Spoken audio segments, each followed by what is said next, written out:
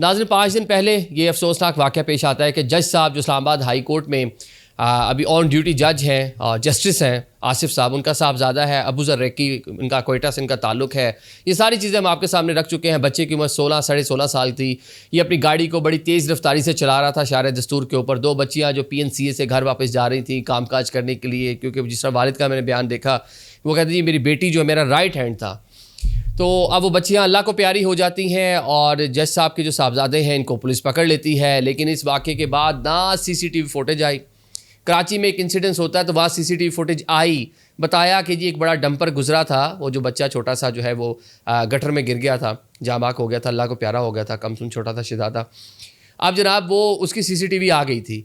अब ये इस्लामाबाद है, फेडरल कैपिटल है, इस वाक़े की CCTV नहीं आई अभी तक, ताकि पता चलता, क्योंकि मुख्तलिफ नौइयत की स्पेकुलेशन है, इल्ज़ामात हैं कि नौजवान जो जज साहब के बेटे हैं अबू ज़र साहब, ये कोई ड्रिफ्टिंग कर रहे थे या फिर इनके साथ कुछ और भी गाड़ी में लोग मौजूद थे, या मोबाइल के अंदर स्नैपचैट बना रहे थे, शायद उस स्नैपचैट के अंदर वो होता इंसिडेंस उसकी जो उसको कैप्चर हो गया होता।